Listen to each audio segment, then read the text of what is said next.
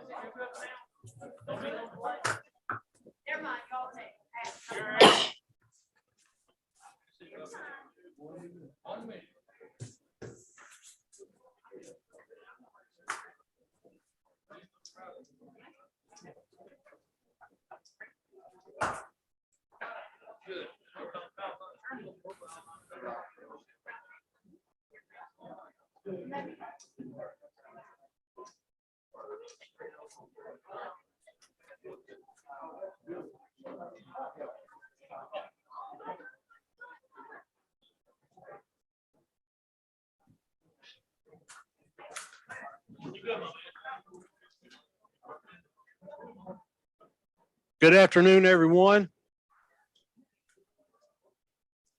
I'd like to welcome everyone out today. Can y'all hear me? Not very loud. Hello. There we go. I guess I need to just swallow the microphone. Again, I'd like to welcome everyone out to our monthly KEDC meeting. Great number out today. Sanford and I was talking earlier. Now that Kyle Lively is no longer in the chair position, we got to come back and have live meetings here. So I think Kyle made the statement earlier or a while back, he never chaired a meeting in this room. So that we can thank COVID for that, I guess. I don't know. But looks like numbers are headed in the right direction right now. Hopefully we'll see some relief from that soon and we can get back to some sense of normalcy, let's hope. I'd like to welcome all of our partners here with us today, and I'm going to start and just let you all go around the room so I don't mess up anybody's name. So, Jim, I'd like for you to go first.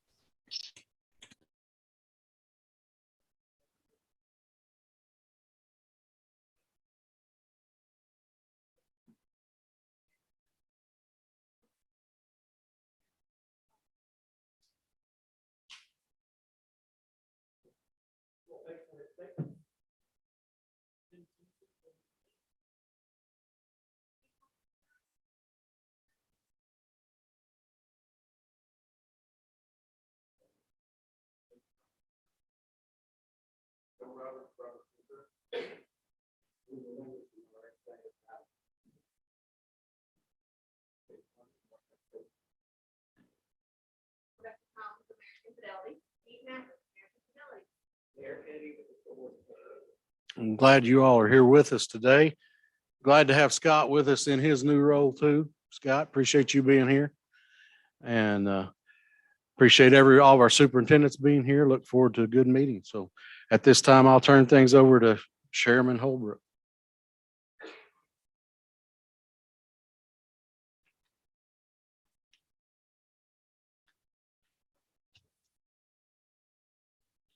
I'd like to welcome everyone here today. Appreciate you all coming out. It is nice to be back here in our building here at Lexington, the KDC office and things.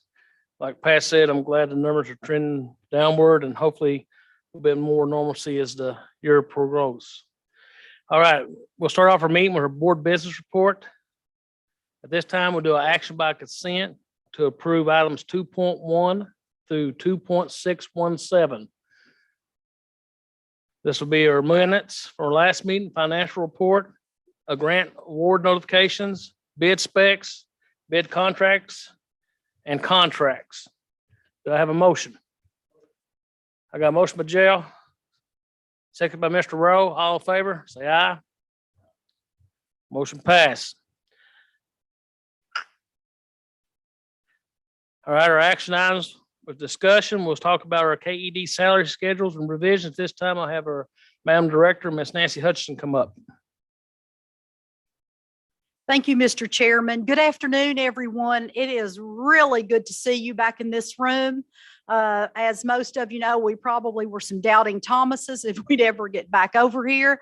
So we said, we're going to try it today. So we're really glad to see each and every one of you. Thank you for making the trek out and being a part of our KEDC family and team today. Our salary schedules are a little outdated. I'll be here 9 years pretty soon, and we have not done anything to them at all. So as you know, one of the things that we had to do, we had to move some numbers out. We only went to class 15.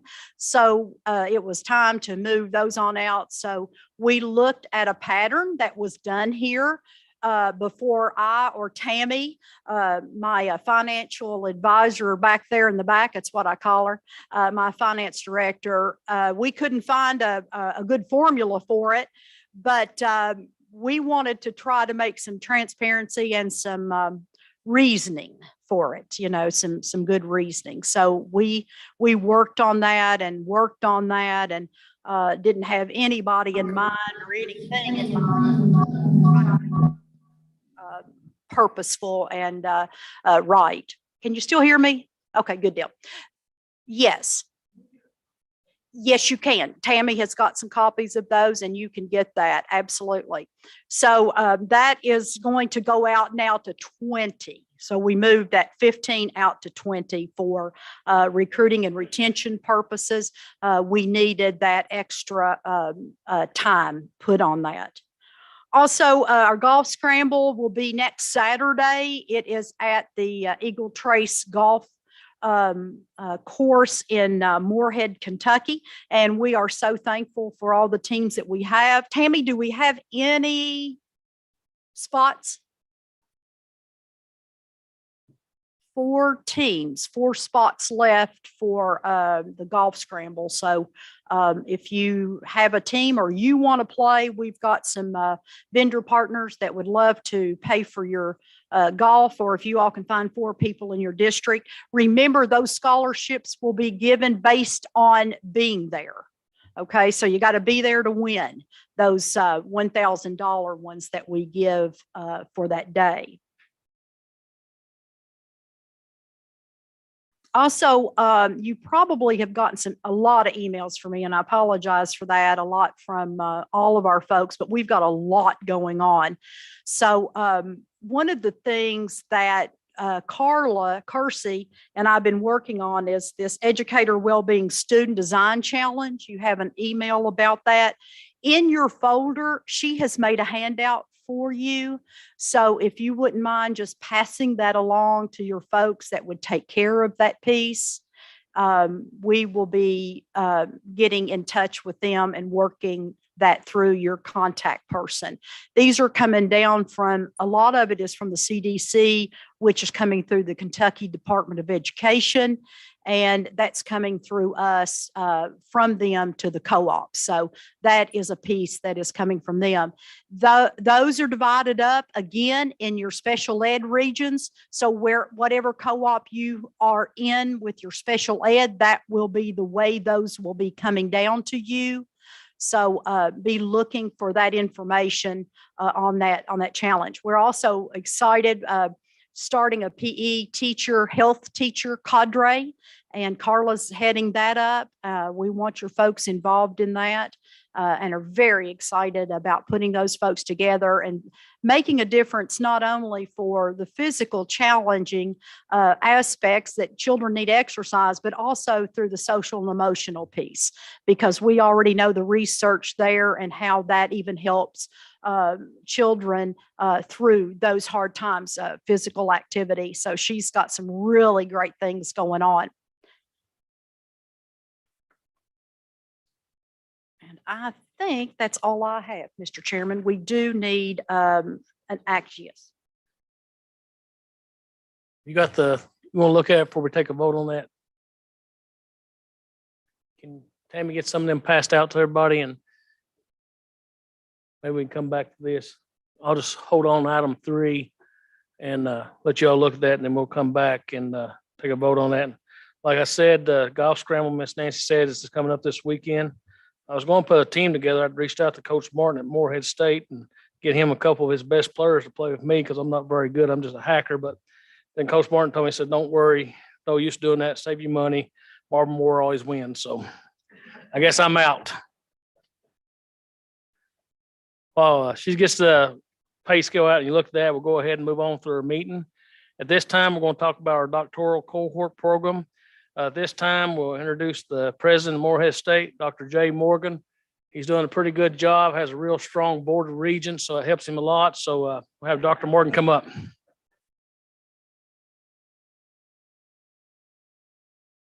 Well, thank you. Thank you, Superintendent. For those of you that don't know, the Superintendent is the vice chair of our board of regents. And I constantly say to him, Sanford, if you mess with me, both of us are going down. And what he is good for is when we get a long-winded board member, and I know none of you have that. I look over at Sanford, he calls for the question and we move this thing on along. So he's doing a good job. Well, thank you for a couple of minutes on your schedule today. Called Nancy Hutchinson sometime back, about a month ago, and said, we'd love to come talk to you about a special cohort of a doctoral program at Morehead State just for a certain group of leadership in districts. And she said, I said, can we have a couple minutes on your schedule? And she said, well, yeah. So here we are today, and really appreciate the time. What we have put together, and hopefully will be of interest to some or some in your district, is a cohort, a special cohort in our Doctor of Education program, our EDD, to start next June, that really will be build out for principal level and above. That doesn't mean we might not take a couple other people in it to fill it out, but what we're trying to do is build a cohort of district level leadership where superintendents are sitting in the room with superintendents, other central office folks, and then we will take some principals if they are interested. And we want to give a quick presentation. I'm looking for Dr. Tim Simpson here. There you are, you're behind me, thank you. I do want to introduce our interim dean of education, Dr. Miller. Dr. Joel Pace is here. Many of you know Dr. Pace. He's actually a graduate of the program as well. But really the brain trust behind the program is this gentleman here. And Dr. Tim Simpson's going to go through just a couple of slides with you. It won't take long, be a high level overview. You've got a packet here with some information in it, and then he'll tell you how you can follow up for some informational sessions. So Dr. Simpson. Thank you, President Morgan. Can everyone hear me okay in the back? Excellent, very good. Good afternoon. I'm Tim Simpson, Interim Associate Dean for the Volcano College of Education and also the Director of the Doctoral Program. It's a pleasure to be with you here today. I'll try not to take up too much of your time, but I just want to give you a sort of high flyover, as the President said, of our doctoral program. But if you would like, all the information I'm about to cover is in this packet. And of course, my contact information is there as well. I'm guessing. Excellent. So what we'd like to do is we'd like to partner with the KEDC and create a cohort beginning June of 22. And what we'd like to do is, as Dr. Morgan said, try to find people who are interested in enhancing their knowledge and skills to become a kind of practitioner scholar. We want to enable you to be able to lead or better lead the organizations that you do. And there's many of our graduates here today. I see a few of them, and they'll be able to help you out. I believe Dr. Fletcher, Dr. Burchett, they'll help say more if you want to. Sometimes it's best just to hear from someone who's been through the program. But we want to create a partnership with KEDC so that we can bring folks in to enhance what it is they do. Many of you may want to go on to a superintendent or higher or work for the state. There's lots of opportunities that the EDD program at MSU can provide for you. One thing about courses, real quick, we have everything planned out. There's sort of no thinking involved. We tell you when things are going to be offered, both the semester as well as the professor way out in advance. So you just have to sort of follow our lead and we'll walk you through it. It's about a 3-year program. Everything is sequential and pre-planned. So the moment you start on June 22nd, you're going to know what you're doing every single semester until you graduate. If you want to begin, our application date is April 1st, 2022. So it's about 6 months. You have about 6 months to get the admission materials together. Shouldn't take you that long, but 6 months gives you plenty of time to put those things together. Then we start in June of 22 with a special class called EDD 800, where we're actually going to bring you to campus to begin to form a community. The costs of our program are it's a $374 per credit hour for Kentucky educators, which apply to everyone in here. And the majority of your courses are going to be in that category. One other thing I want to say about courses, though, is that they're all online except for a few days in the summer over 3 consecutive years. So 95% of our program is entirely online, both asynchronous as well as synchronous courses. Now, I've gone through quickly dates, courses, and costs, which I think are the things you might most think about and would be important to you. But you see my contact information above. My contact information is also in each of the packets. And I can work with you to figure out how best to get started and how best to continue. For many of you, you're going to probably come in with transfer credits. And so you're going to see in the packet a total cost. But many of you are going to bring in 18 to 24 hours of a 60-hour program. And the total program cost is probably not what you're going to ultimately be paying. And that's the type of thing that you and I can sit down with and figure out together. Thank you for your time. I probably have a moment for a question or two if there's something pressing, but I know you have many other important matters today. Any pressing questions, concerns, confusions? It's usually confusions to get my students, yeah. Email me, call me. Phone call is always best in my book, but email will get us started. Anything else, Dr.? Oh, yes.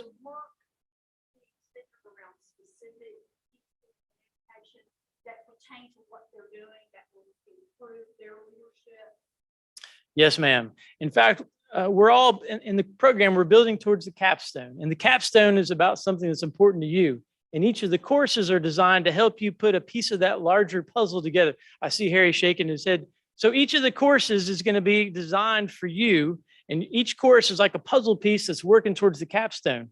So we're not interested in you coming in and us telling you what you need to do. We're interested in you coming in and telling us what you'd like to do, and then we're going to help you succeed in that. Yes.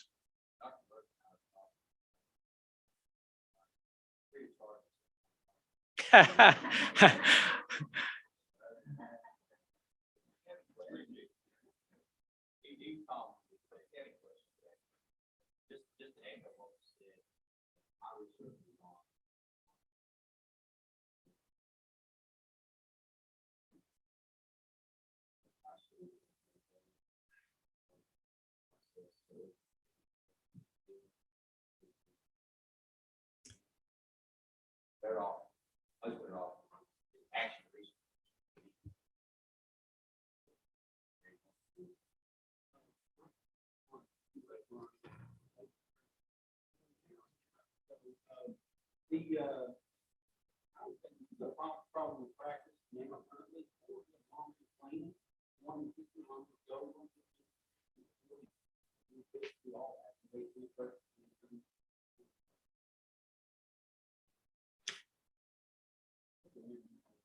And our two primary instructors are a former assistant superintendent, perhaps you know Mike Kessinger, and then a former superintendent from Ohio, Shane Ship. So there's not a problem they probably haven't come across that you're experiencing, and so they're very, very eager to help you and use their experience to do so. I believe I saw a question in the back. Yes, sir.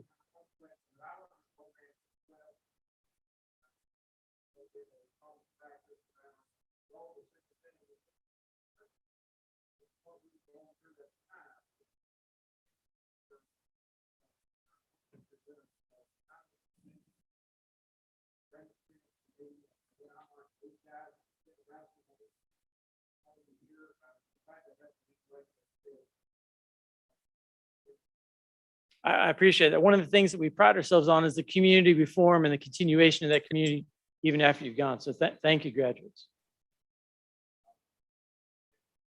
Please.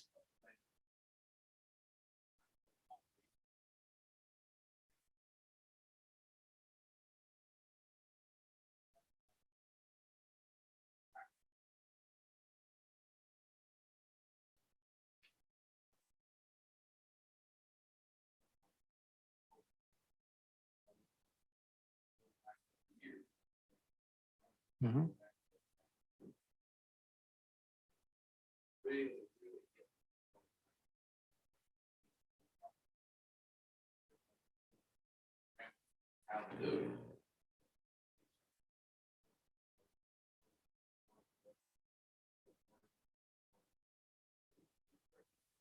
And we do accept transfer credit from other institutions, but if you've gotten your other degrees at MSU, you can transfer those in. So if it was an ideal situation, a third of the program, you may be able to transfer in.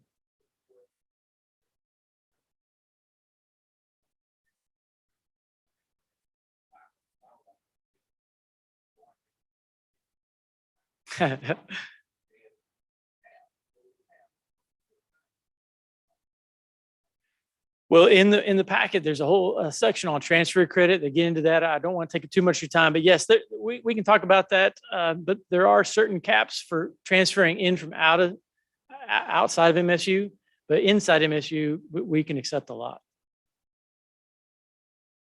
Any final thoughts, comments? Thank you again for your time. I appreciate it very much. Thank you.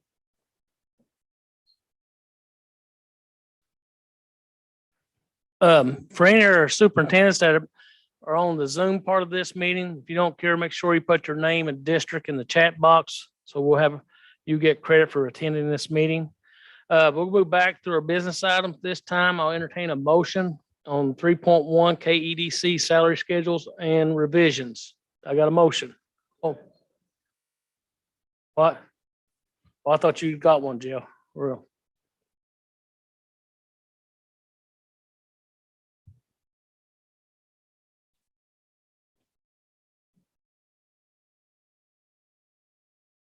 Well, I'll go get it and bring it to you. Give me IC2AD Student Management. I'm sorry, Kpc Service Opportunities.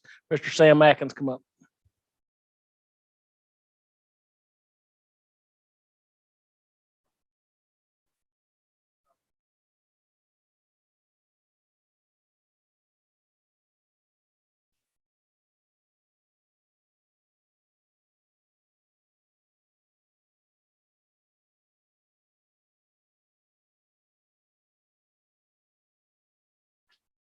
Sorry for the delay. Had to get the PowerPoint going so they can see it on Zoom and we can see it in the room.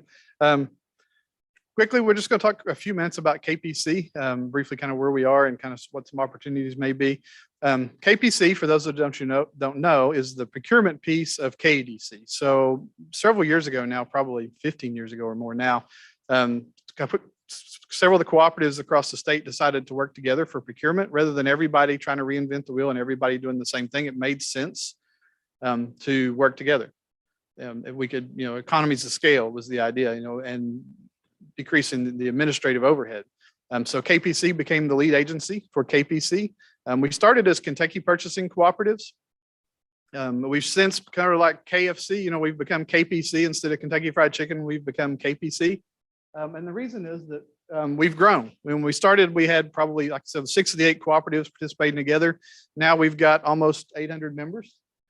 And you can see kind of a quick breakdown. We're not going to go through all those numbers, but it gives you an idea of where we're working. Several years ago, you as a board told us that we could offer services to folks that were not education members. And really all that amounts to is that if we've got a vendor that wants to use a particular contract, and this really came about with copiers, Canon was willing to give anybody the lease price, the education lease price, if they were a member of KPC. And then we got, you know, a small administrative fee off of those leases. So we started accepting, you know, membership that was outside of schools and outside of kind of public agencies. And it's really it's on a vendor by vendor basis. So if a vendor wants to extend pricing to a business member, they can. They're not required to, but that is an opportunity for them and some of them have been able to take advantage of. And this gives you kind of a breakdown of, you know, where those members are located. Primarily, we're still all in Kentucky, and our schools are still our primary membership. Every school in Kentucky at this point participates in KPC. All the cooperatives don't yet, but all of the schools do. We've got a membership agreement with every school, even if their cooperative that they belong to doesn't participate. So you can kind of see, you know, we've branched out. We do have one in South Dakota and one in Texas. And typically what happens there is we'll have a vendor that we build a relationship with. The vendor needs a contract in another state. So the vendor will carry our contract into a different state.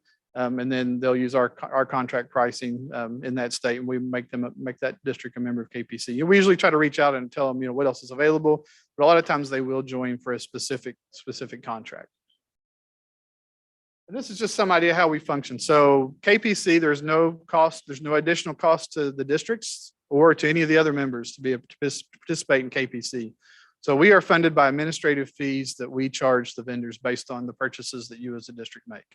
And then what happens with that obviously is, you know, we're part of KPC. So there's no shareholders, there's no, you know, anything like that going on. So everything that we make that comes in through the purchase you make, we earn fees, and then those fees come back to you in services. So that's kind of that cycle, which is why we encourage you to use the cooperative, maybe over some of the outside purchasing groups that maybe you're approached by. There are some national groups like Sourcewell, TPN, some groups like that, which are good groups and may have some good pricing.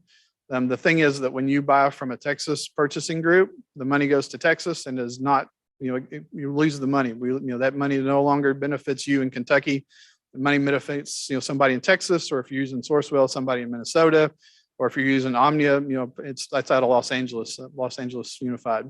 So just be aware, you know, if you're looking at different contracts, you know, try to use your cooperative whenever you can, just for that reason. If nothing else, it's because that's going to come back to you in additional service. This is just a quick look at fees, kind of what the different vendors have paid. And this is across all the school districts that are members, not in Kentucky, not just KEDC. You can see that we're not going to go through all those. Some of those are our preferred vendors, Performance, CMTA, Imbus, Insulated, American Bus, Toadvine. So several of those are our preferred vendor, or our construction vendors, our price contract vendors. So if you're doing any sort of a project like that, you know, we do earn fees off of those. And so just reach out to us if you're doing something like that. It may be a good fit for you. It may not. You can talk to me. You can talk to Mark Riles over here. We'd be glad to kind of talk you through the process, what's available. And, you know, and even if you have just general construction questions, we get questions all the time about, you know, specific things with construction. Usually, you know, we defer to Mark on those from Mark's expertise and his experience. But, you know, if you have questions along those lines, or if you're thinking about doing a project, let us know in advance. The further we know in advance, the more we can help. And it may not be directly construction. We've done some furniture as one-offs with districts. So if you're going to do a new district and you want to do a new building in your district and you want us to help with the furniture, we can do that. Typically what we'll try to do is find a partner vendor to help you, you know, look at products, bring products in, let you look at those, figure out what you want. And then when we get the item list together, then we can help you put that out as a bid and get your pricing back. And then you as a district can review that and decide, you know, what works. Do you want to award it all to one vendor as a lot? Do you want to break that out as individual items? You know, what's in the best interest of your district? So, and we can help walk you through that process.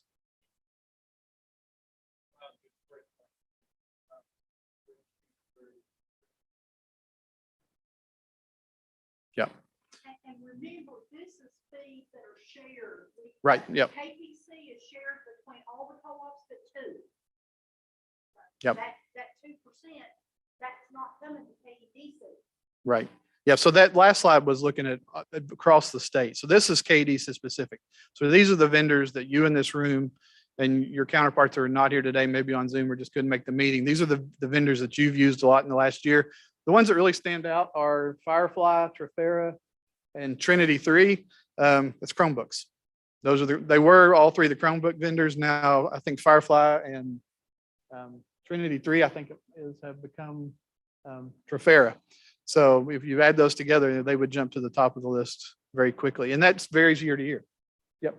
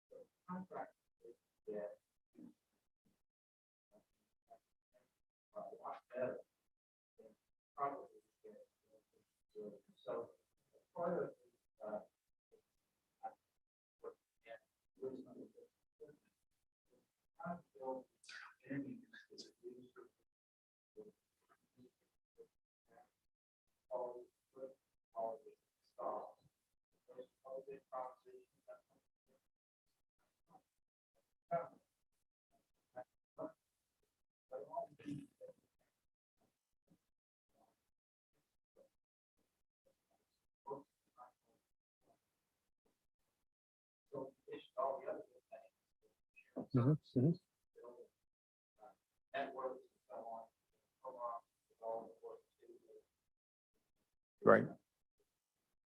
Right. And the other one I would point out on this slide would be Annexter. So the Annexter line that you see there, that's what our facilities, our technology folks use when they do projects for you. So that's a good thing, that you can, when you're doing those projects through us on E-rate, or whether it's a project that outside E-rate with general funds or other money, Jerry's buying those parts from that Annexter contract for the majority of parts. So those and anything else he buys, he's trying to make sure he's buying that off of those contracts so that all the materials procured are procured off of those contracts. So that's another thing to keep in mind. This is just a real quick look at the breakdown. So we do two different types of bids. We do what's called a catalog bid or a CLS bid and a preferred bid. The catalog bids are discount bids. So those are just a discount from a list price. It could be anywhere from a 0 and on up, discount, whatever a vendor would want to offer. Some vendors already have educational pricing that's set, so that's different from maybe this general price. So there maybe not be additional discount available from those education specific prices. Some vendors will quote a discount from just the retail list price. So those kind of vary. Those are all competitively procured. So it's not like we just go out and ask the vendor to give us a discount level and then we just publish that. We put those vendors through a process. They have to submit a sealed bid. So what they do for us is they give us what the discount they're going to offer is. It'll be fixed. And then we've got a market basket of common items, and then they give us prices on those common items. We compare those between what they've submitted and what other folks have submitted. Because it's one thing for me to submit a price and say, well, I'm going to discount that 10%. Well, I marked it up 50% before I marked it down 10, and somebody else has submitted a price where they've started with straight retail and then marked it down 5. So you may look and go, 10's better than 5, but is it really? So we try to put them through their paces. We always look for tolerance. We've got a tolerance. We've got a formula we've built that looks at, are they within tolerance, and is it somebody that we could work with? And those come before you every month. They're typically every month in your packet. I don't know if there are any this time because we're in the process of rolling to a new bid cycle. But every month in your packet, usually it's in just the items by consent, we approve a new list of CLS bids. And that's what those are. That's just those discount from list price. The preferred bids are everything else. So those are what you would typically think of as a line item bid, where we've asked for specific pricing on specific items. All those construction price contracts that Mark talked about, those fall in that category. A lot of our office supplies, those are in that category. So we've pushed the vendors to give us a better price on specific items that we know you use every day. And as Ms. Hutchinson was talking about earlier, we share fees back to the other cooperatives, which makes us, we think, a little bit unique and compared to especially some of the other groups. Currently, the only ones we share with are the Kentucky co-ops. We have discussed, it hasn't come to you all yet, about this idea of, if we wanted to work with cooperatives in other states, why couldn't we work out a revenue share back to them? That would set us apart from some of the Omnias and the TPNs of the world where the money's lost locally. Because it's, we just think that's fair to everybody to do that, to make sure that everybody, benefits from the arrangement, not just the group that's doing the work.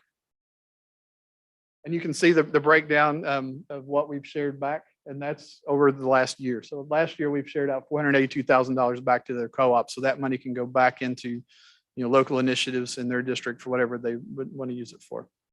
I was just asked, what do they do for the refund? They don't have to do anything. That's just the arrangement that's made with Yeah. KPC Yeah. with them and their members to be a part of that consortium, which helps get the better prices for all of you. And then we share that back. to Right. all the co-ops. I mean, we do have agreements with them that they won't stand up a competing service. I know some of you all remember the more than one cooperative. Typically, the way that looks is if you have your other cooperative you would be a member of would want to do a local bid just for folks in that particular region. We don't really consider that a competing service. If they want to stand up a new bid, and then they want to offer it to everybody else to piggyback on from other cooperatives or other districts, then typically that's where, we would take issue and try to have a conversation and try to sort that out. But we do try to share back, to those cooperatives based on what they purchase. OVEC, the number is a little higher. The construction price contracts that Mark was speaking of earlier, that started as a joint effort between KDC and OVEC. So there's more overhead in those contracts, Mark's time, architect's time, engineers' time to get those things off the ground. So, the share on those back to their cooperatives is not as high as it is on some of those. Right now we're sharing 70 cents of every dollar back locally based on what members of a cooperative purchased. No. But we do share back 70 cents of every dollar to a cooperative. So if you are a member of, and we've got a few districts that are a member of like 2 or 3 cooperatives, then that share gets cut. So if you're a member of 2, and then so you would get, each of them would get 35% of that. The other 30 cents stays with us for the administrative overhead. What can you do to help us? So what are the action items out of our couple of minutes here? We talked about this earlier. Use us. Use your cooperative, at least give us a call. We know that we can't do everything that you're going to need, but give us a call if there's something project you're working on or something you're contemplating. Let us see what we can do to help. And we're available for other things. I've done some training in some districts on just kind of model procurement, what it is, how it works. What's the small purchase threshold, how that works. What things you should be looking for. So if you need something like that, just reach out. Typically we don't charge for that. We just come in and can do that if you need it. But use us, give us a call me, call Mark, call Buffy. If you've got a question or you have something you're looking for and you can't find it. We're working on redoing some of our website to make it a little more user friendly. We've got a contract with a company and we're starting. It's one of those, if you build it, they will come sort of situations. We've got to get critical mass of having enough vendors on there that it makes it sense for your people to want to shop through it. And then we've got to have enough of you on there for the vendors to say it's worth taking the time and the investment to build their side. So we're talking to different districts about that, trying to get some pilots and things going. And we may be reaching out to some of your finance folks about piloting that. Number 2, this is a big one. Remind your staff to mark their purchase orders if they're using the KPC contract, or no matter what contract they're using. It's good practice. If nothing else, when your auditor comes and looks and says, well, I've got this purchase order. Where did you buy that? What bid did you use? What contract did you use to do that? If that's already on the purchase order, then you don't have to go hunt that down. So that's good practice just to put that on there. And the vendors like it because when they know who to report. So again, this is common practice across the country for vendors to pay fees on these contracts. This is not something that we invented. This goes on, it's kind of industry standard in this space. But it helps them know who they need to tie that to, who they need to tie that purchase to, and make sure you're getting the pricing. One of the things that we do offer, especially on just about all of our contracts, is free shipping. So you shouldn't be paying for shipping on items. And anything that's under 70 pounds, you should not see shipping on. It's on our CLS contracts. So if you're marking that it's a KPC contract and they're charging you shipping, it's usually a quick call from your finance folks to them say, hey, we're not paying the shipping. It's on the contract that it's not included. If that doesn't work, call us and we call them. And typically when they know that they're at risk of losing everybody's business, we can get that sorted out. So That's an advantage. And we've started doing, and recently Terry's been working on this and buffing the rest of the team, auditing those vendors. So it's an honor system. The report is an honor system. The vendors just report to us based on what they've got. And so some of them are very good at tracking, some of them not so much. But one of the arguments they make is, well, I didn't know. If they would put it on their purchase order, at least I would know. So that's why we encourage you to, have your folks mark on their purchase order. And it's good for you, right? Because if they don't report at all, then they're not paying a fee. And if they're not paying a fee, then that money's not coming back to the co-op. When we go back to that revenue cycle we talked about earlier, so there's no funds for additional services. The third thing you might have thought about is if you could help us recruit. We're looking at doing some new things. We're looking at doing some new things in technology.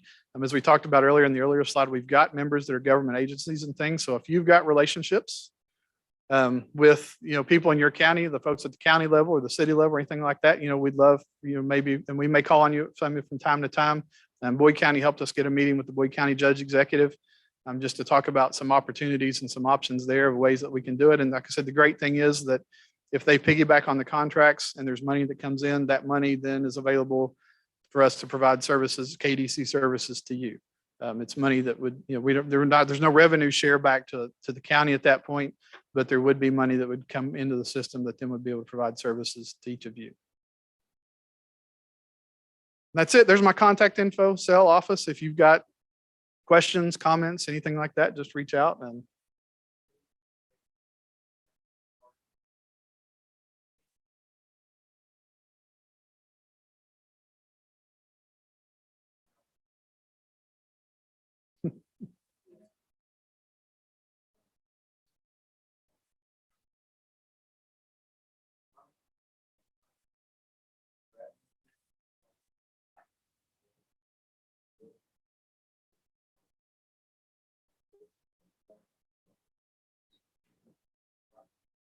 Mhm.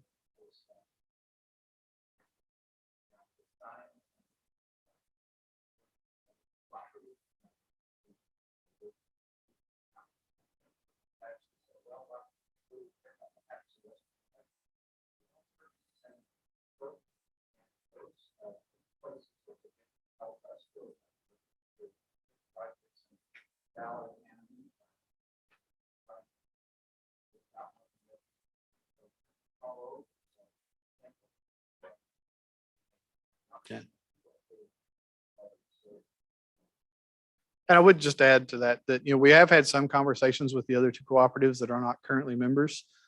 So I don't think there's any secret at CKC and KVEC that are not currently participating. CKC actually does participate for the price contracts, but they just don't participate fully with everything else. So there have been some conversations with them, that just nothing to report definite yet on those. Yep.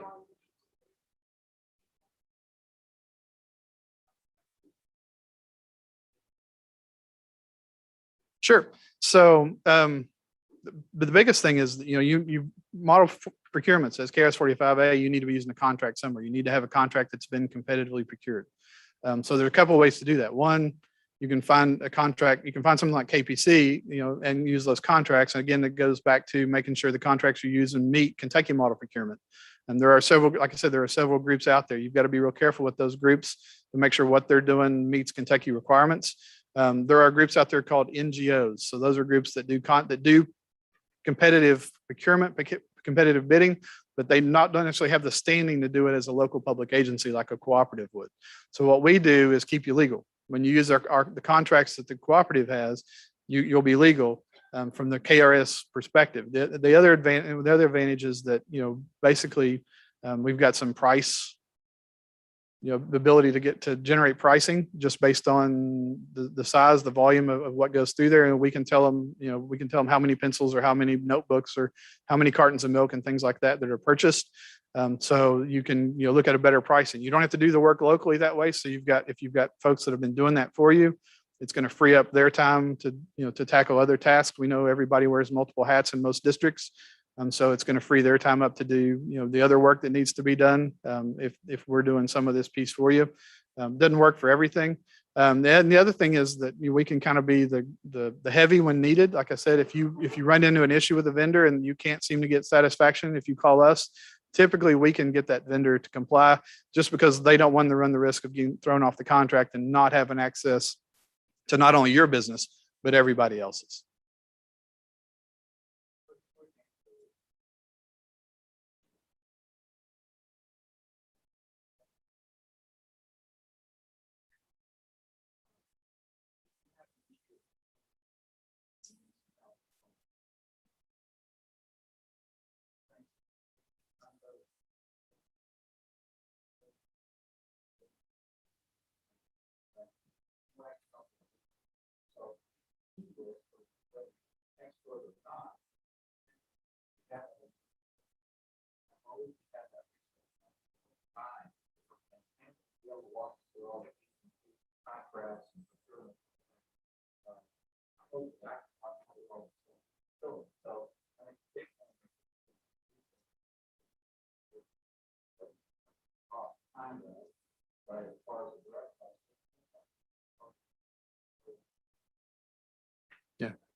Yeah.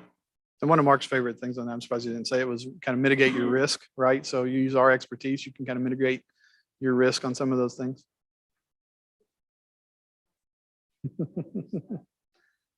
I'll be around. So if you got, and I'm here every month too. So if you've got questions at any point, just shout. Thank you, Mr. Atkins.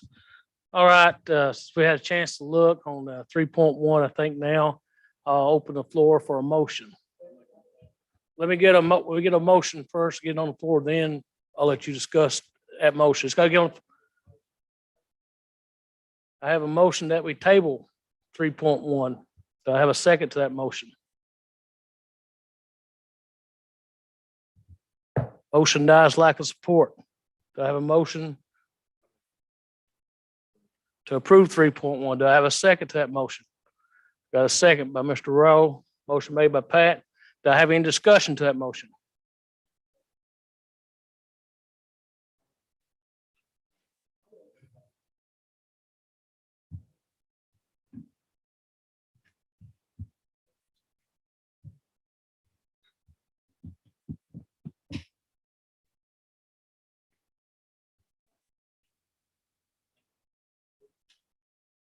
I think we've always had the job classes. We just extended the years. No, we just extended it on out, Jeff.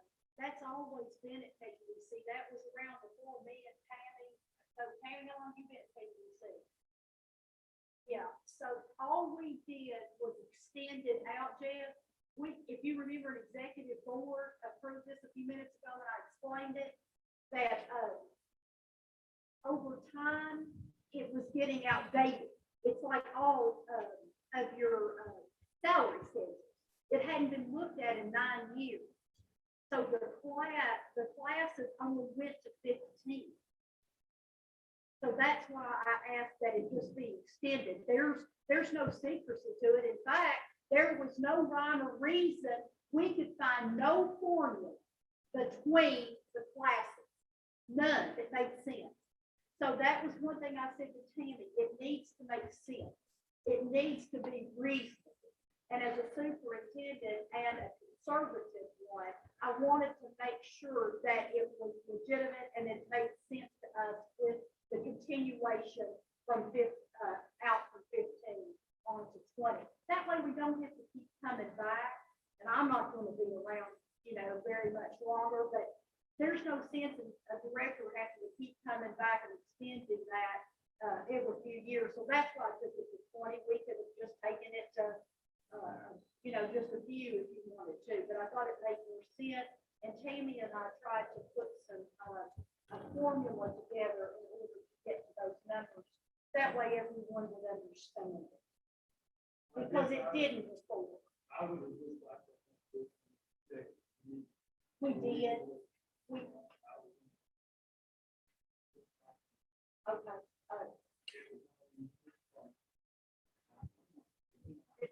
It was in my folder. We did give it out, yes. We might have And been it was skipped. discussed in executive. Yeah. Okay. Mr. Fletcher, Dr. Fletcher.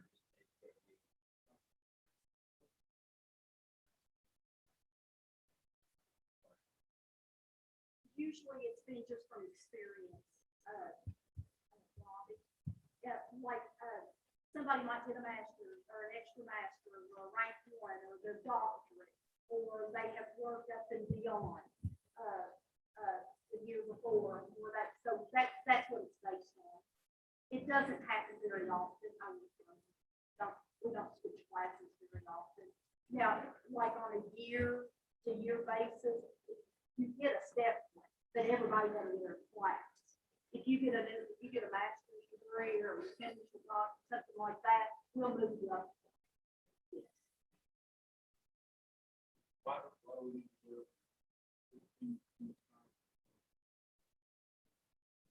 It's not.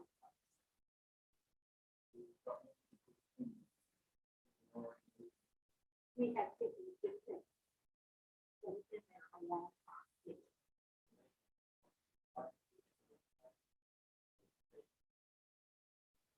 They move steps on you. And classes by yeah, let's say that we ask a teacher to come work for us and she's been in the school district 20 years. Well, then she might start on a class 10. Because some of you all have teachers with us that are on MOA. So we have to find a legitimate way to get that person on the salary schedule with a contract. And that's what we use the classes step for. Because whatever they're making there, if they come to KDC and they make more, it has to make sense on the class, it has to make sense on the schedule. You can't just pull it out of the air and say this is what you can make. Mr. Roberts.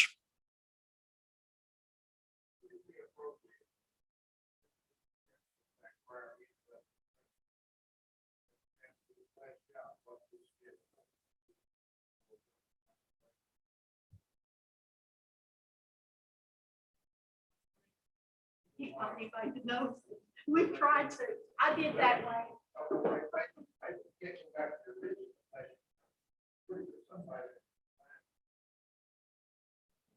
Well, we went to Susan Rainey, who had been there longer than Candace, and she, payroll and HR. So we haven't been able to go back any further than that, because that was my first thing. I haven't even tell you, that was the first thing I asked about the job. What is this class? What is this? I don't understand. And you've got to remember, folks, we. I mean, but honestly, guys, in our school district, we do not say we've got classes, right? Right? 4 or 5 classes, 30 classes on one, what's the term? What's the term? I'm not a good don't know what I'm voting. I don't know what I'm voting. Everybody needs to know what. If somebody comes to class 9, what do you have to do? Tammy. One person goes to 9 to 12, the next person goes to 9 to 12. What's the term? Who goes in class? If I took this and I would say, Well, and Jeff, we're not a board. We're not a school district. We're a business. And when I get somebody, they have to know, they have to be better than you. They have to be the best. And you know what else? They have to give up their tenure with you. And you know what? I go from year to year, I can fire them at the end of that year. And I can't get those people when they're coming out of some district already making more than they would ever come up on my staff. So I guess my explanation would be that in the past, the leaders said, hey, we're a business and we've got to get people in here that we can recruit. And in order to do that, they're going to have to come up with another system. And I'm only saying that because that's the only thing I can figure out. Tammy, you raised your hand.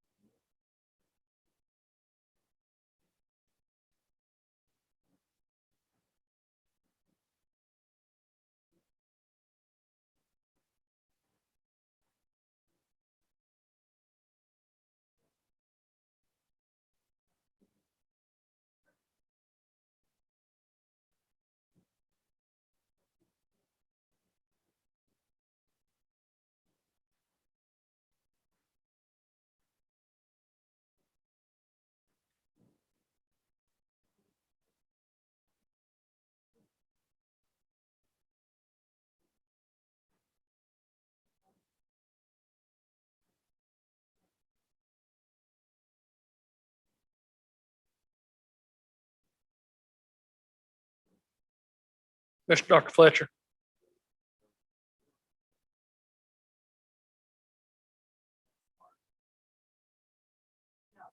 No, I think that'd be the directors to the board.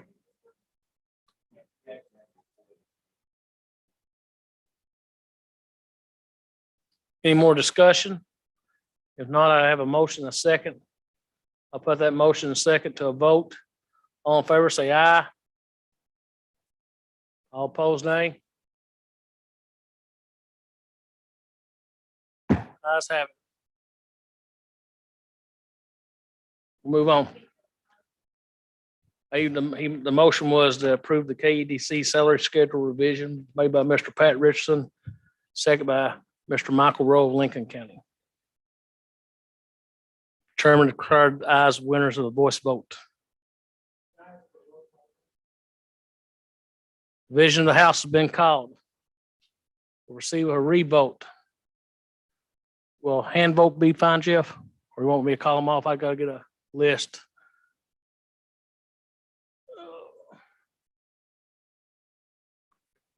I will need the cameras on the Zoom members, superintendents.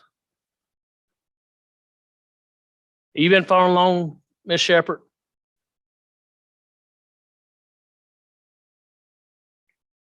Can you let her talk? Yes, can you hear me? I got a motion to withdraw it. I'm fine. Thank you, Ms. Shepherd. All right. Motion passed. We'll proceed with IC2AD Student Management, Mr. Charles Holbrook.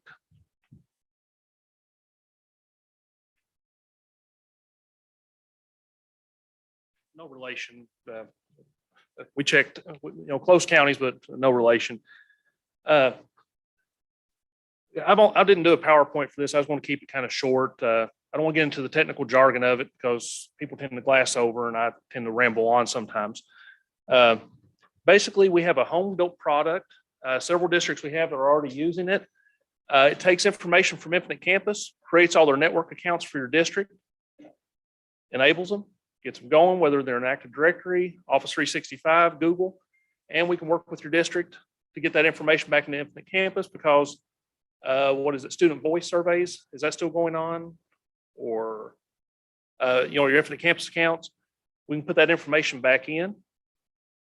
Coming soon is staff accounts. We're working with a vendor right now to get this in place to pull the information because Infinite Campus is not authoritative for staff accounts. Munis is authoritative. That's if you terminate somebody, they're going to be terminated in Munis first because they're not going to get a paycheck anymore. So that needs to be authoritative source. Just to give you a quick overview, it's pretty straightforward. We already have several districts using the product. It's a living, breathing product for your district. It doesn't matter what configuration you're going. This is kind of my map going right now. I didn't know where some of the counties were either. I'm Eastern Kentucky, so I recently brought Muhlenberg on, and I didn't have a clue where it was. So I'm slowly working west. I do have a couple districts I'm talking to. Carlisle is one of them, and I never had heard of Carlisle, so I profess ignorance on that. It's a living product. It is being developed and worked on constantly for your district. You have a configuration change you want done for your district, pops in. Your techs, whoever was taking care of your data gets to me. Kid leaves your district.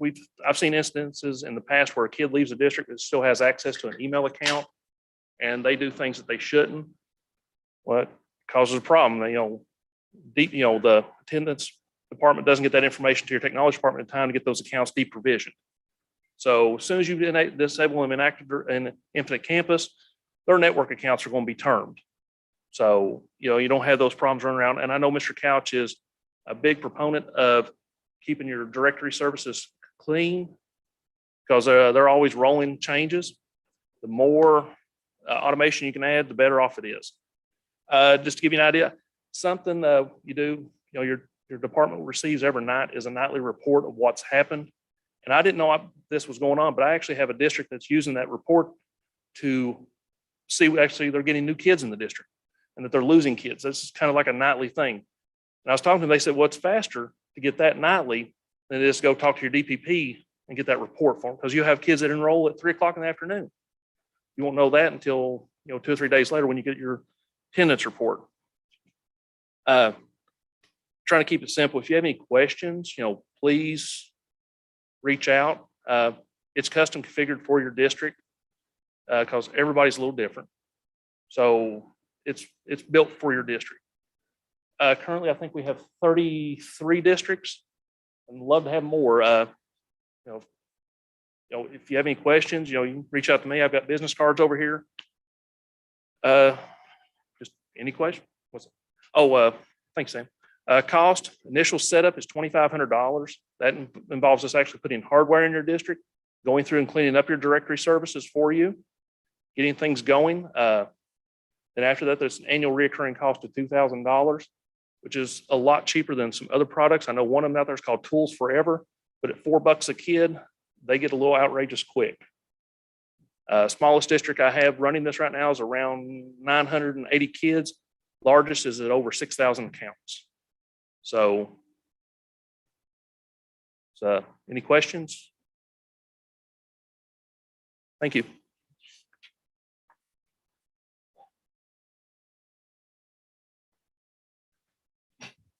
We'll move right along. Next, we got new KEDC grants and continuations. Dr. Jim Evans, I know in the executive meeting, got a lot of good news, so I'm sure he's got some good news to tell you the same. All right, you all have got a one pager there that says outstanding grants 21, 22, and it's kind of a play on words, outstanding and outstanding. So anyway, take a look at your sheet. Yeah, I'm trying to make everybody laugh a little bit here. Take a breather. Just go, take a breath. Anyway, outstanding grants. We applied for 11 grants from March through July here with our team. That's me, Wendy, Kay, Carla, Gabby, and Jenny. And we've been fortunate enough to be funded for 3 or 4 of those. And if you look, there's a little code there. The ones in red, we did not get funded, but we're going to rewrite when we get our rubric back. The ones in yellow, we're still awaiting notification.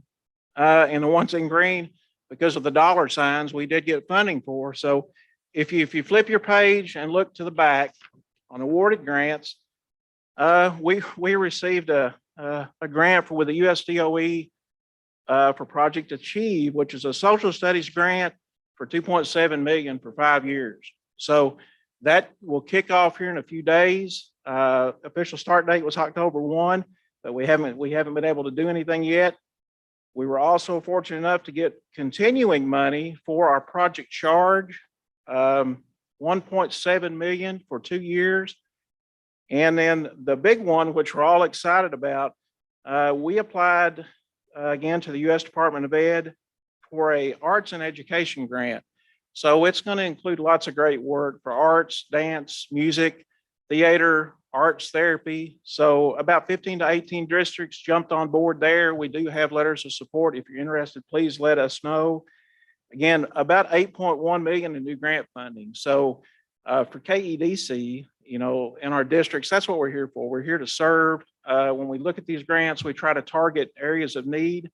Again, ultimately, these are teacher leader grants. We want to impact pedagogy in your classroom and change practices of what you're doing, but we also look at your current needs of what you may have in your district. So continuing grants, we also have a DOJ grant. There are 5 districts participating in that work right now, and that's about $750,000. The majority of that money will be spent on a resiliency survey with Terrace metrics. So some of you all are implementing that already. And then, of course, we're in year 4 and 5 of Project Aspire, which is, again, a social studies grant. Kay Hedrick heads that up, leads that work. I want to talk a little bit about our leads. Wendy King is actually, she's leading Project Charge, our arts and education, and the DOJ grant. And then Kay Hedrick, she is leading Aspire and also Project Achieve. So those 2 ladies are fantastic. They carry their own weight. I don't have to do anything. And then I can't say enough about Carla in the back and Gabby and Jenny. We're a small team, but what are we powerful? I will say that. And then, but it takes everyone at KEDC to make these successful. So again, we want you to be part of these grants. And as every day I get an update from grants.gov, USDOE on any new grants coming out. Anything that I see that I think is going to benefit you in a school district, we're going to go after. So, don't be shocked if you see an email coming from me to say I need a letter of support. Most of the time that will be drafted from here. I'll send you a draft. You don't have to do much other than sign it, date it, get it back to us, and then that's where the process starts. But again, I appreciate all your work. And again, we're excited. $8.1 million going back to school districts. And the target of this work, it's not money coming to KEDC. This is pushed back out to you. So, and your teacher leaders. So, and that's the focus of all this work. Again, we want to impact classroom instruction. We want to increase student achievement, and we want to help you in your district in multiple ways. So we're here to serve. Any questions on grant work? I could talk all day about this and lots of other things. So anyway, Houston's laughing. He's saying, get Jim Evans down from there. So yes.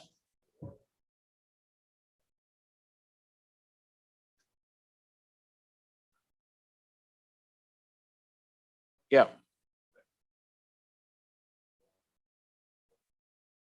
Well, we're again here to serve, and that's what it's about, kids. So. I'd like to put in a plug for Jim and his team, absolutely, but Mitch McConnell's office has been instrumental to me. Oh, yeah. And, I have reached out, we talked to them, we have several times, and this last time when I met with Grandpa, they were on board and helping us, and also Cal Rogers. So we appreciate their letters of support, and I do know that they were doing some questioning and finding out some things for us, and we appreciate it. Absolutely. And also KDE and KYCPE, we've got a number of partners that we reach out to that will support the work. So again, I'll sit down and hush and let you get back. So thank you all.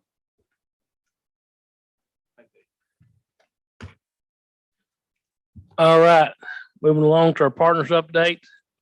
We'll start off with our first partner, a new person, a new role, new position.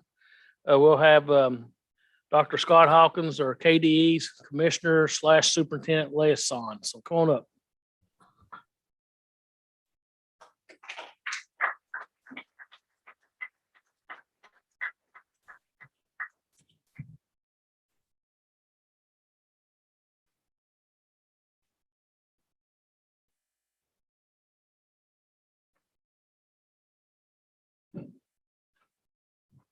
I'm gonna let the commissioner know that you applauded for somebody from KDE.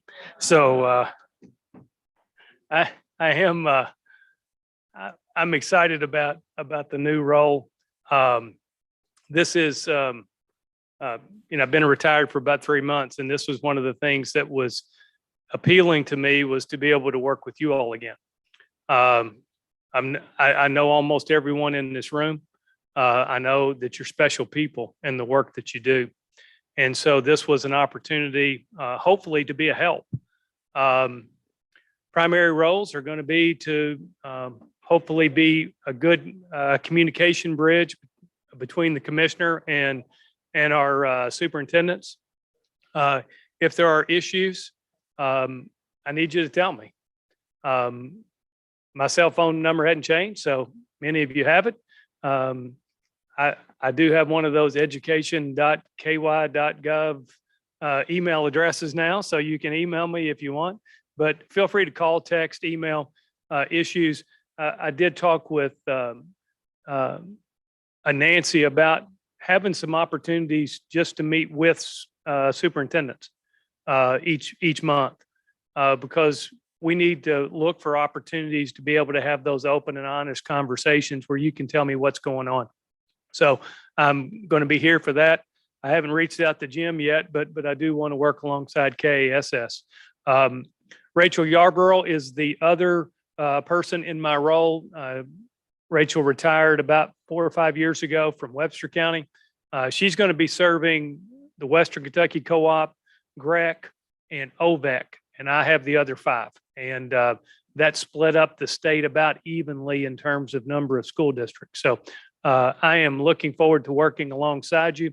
Hopefully I can be a help and a service to you. I'm sorry, but I do have to slip out for another appointment, but I do plan on coming each month to your co-op meetings, and hopefully there will be some opportunities for us to be able to have some time together, be able to share those things with you. So again, please don't hesitate to reach out and call, or text, or email, and I'll certainly do whatever I can to help. So.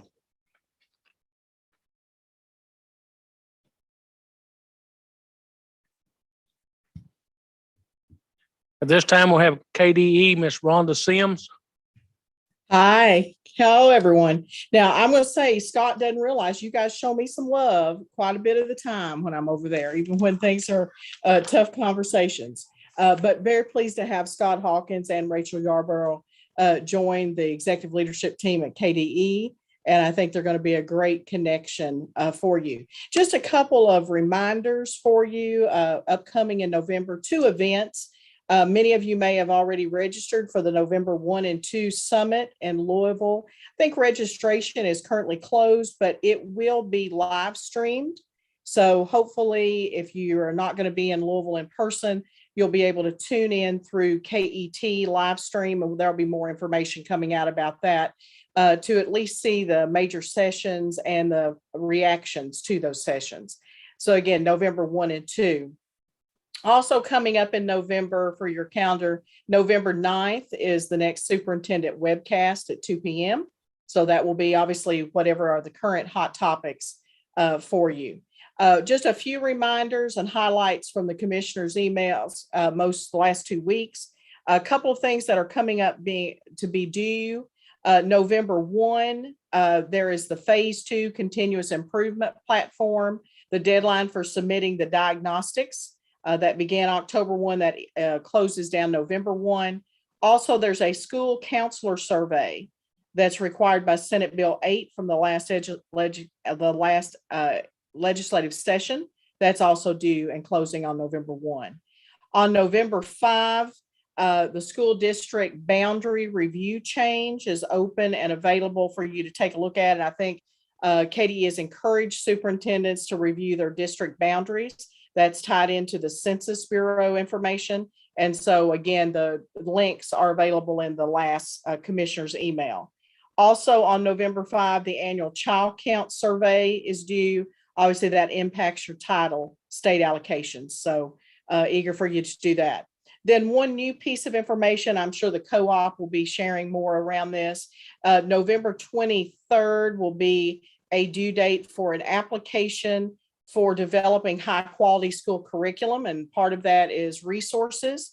They're hoping to have 32 schools involved in this work within 12 districts, and hope to have someone from each of the cooperatives. There'll be some technical assistance on the grant, I think released around November 1. So kind of look for that. Again, it's designed to help schools and districts develop high quality local curriculum and connects back to the model curriculum framework. So those are just some things to put on your radar. They probably already have been there. Again, welcome to Scott and Rachel, and hopefully I'll be able to be with you in person. I've been involved with some national assessment accountability sessions for the last 3 days, and so had to hop off one of those meetings to be with you today. So hopefully I get to see this good looking person and group next month. Thank you. Appreciate it, Sanford. Thank you, Ms. Sims. At this time, we'll have KASS, Dr. Jim Flynn.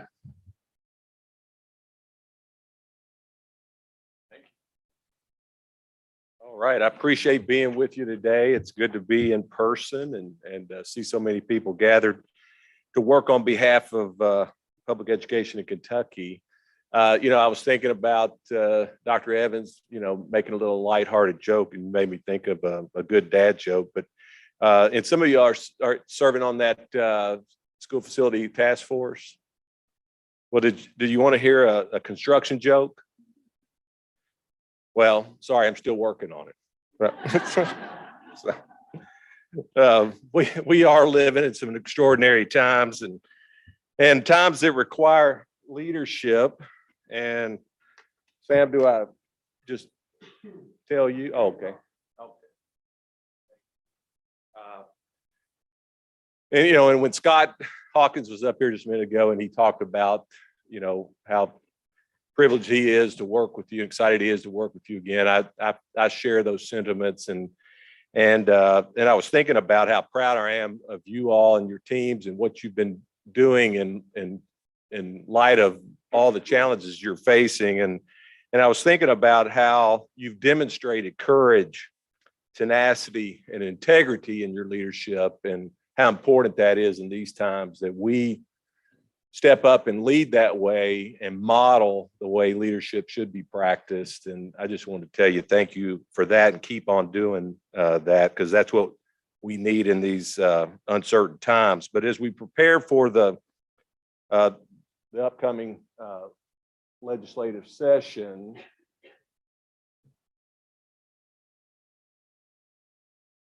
I'm trying, it's probably use your arrow, my Sam. So, but yeah, if you can advance that. I want to just alert you again to the priorities that we've been working on that came, you know, some of them are longstanding. Much of it came from our superintendent summit in June. And of course, we gathered at the end of September to look at these again and talk about, you know, our priorities. And, you know, after sitting in a seat like you for 16 years as a superintendent leader in Kentucky, I moved into this role. And this is going to be my third straight session, Eric, where we've had a budget. And so one of these days, maybe I'll experience, as your executive director, a session without a budget. But this is a biennial budget session, so it's a big one. And I want to give you some hope. One is that there's a lot of evidence that that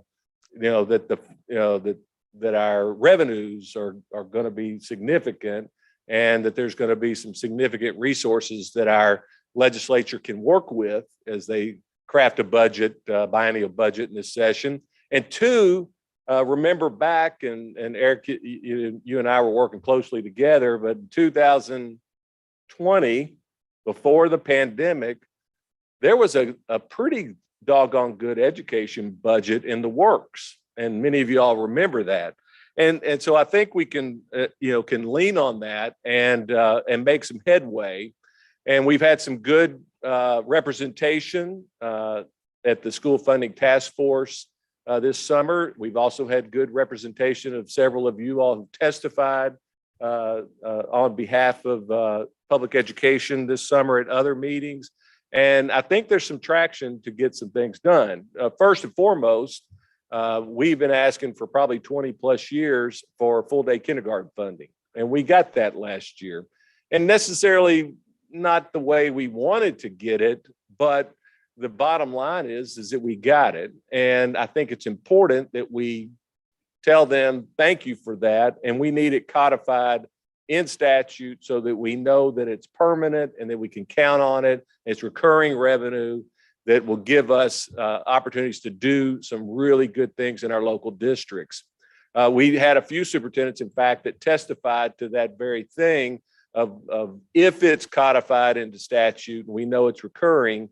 The beautiful part of this is that most school districts already have full day kindergarten. It's going to free up some recurring revenues, and it's going to give you the opportunity to do what's needed in your local district based on the local context of the district and under the governance structures of the local decision making. And that needs to be kind of a foundational thing that we can continuously remind them of.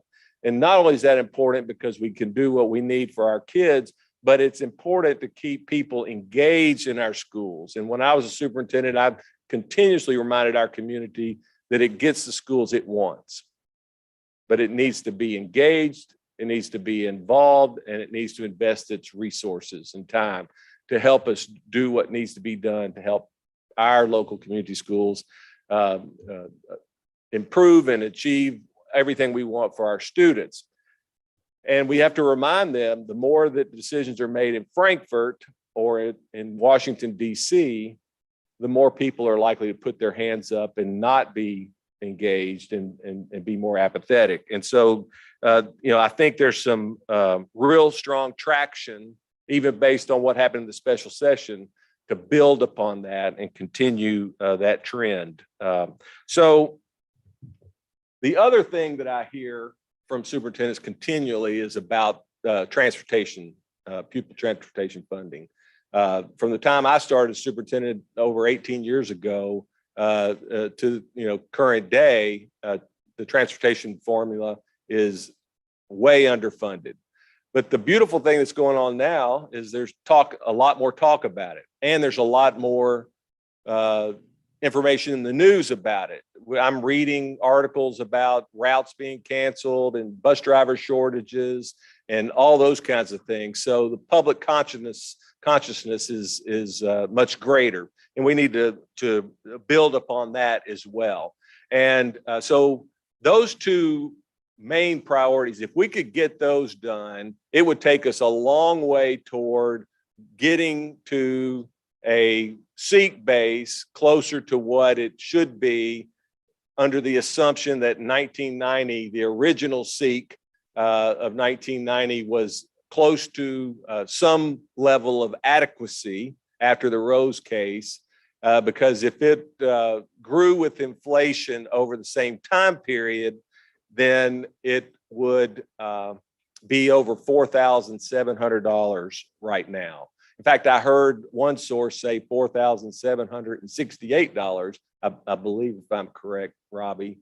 But I want you to also know the narrative that our legislative partners are being told.